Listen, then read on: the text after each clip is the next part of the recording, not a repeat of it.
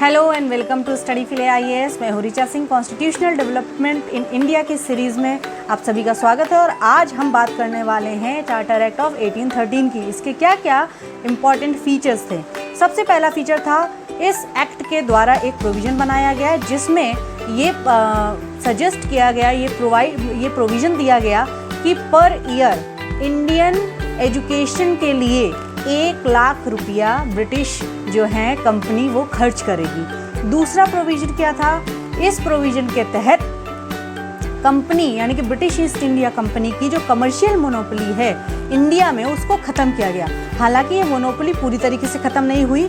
Trade in T यानी कि चाय में जो ट्रेड कर रही थी ब्रिटिश ईस्ट इंडिया कंपनी, उसकी मोनोपोली को बरकरार रखा गया। उसके बाकी की जो मोनोपोली है उसे ख़त्म किया गया। और चाइना के साथ जो ट्रेड था ब्रिटिश ईस्ट इंडिया कंपनी का, उसको भी कंटिन्यू रखा गया। तो ये 2 इम्पॉर्टेंट फीचर्स हैं जो आपको याद रखने हैं। पहला, 1 लाख रुपए per year for Indian education.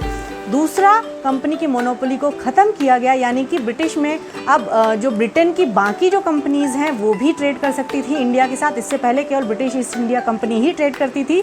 लेकिन टी का ट्रेड हो और चाइना के साथ ट्रेड हो, इन 2 मामलों में अभी भी ब्रिटिश ईस्ट इंडिया कंपनी की मोनोपोली जो थी वो बरकरार थी। तो कैसा लगा आपको वीडियो, कमेंट सेक्शन में ज़रूर बताइएगा। Thank you and please do not forget to like, share and subscribe.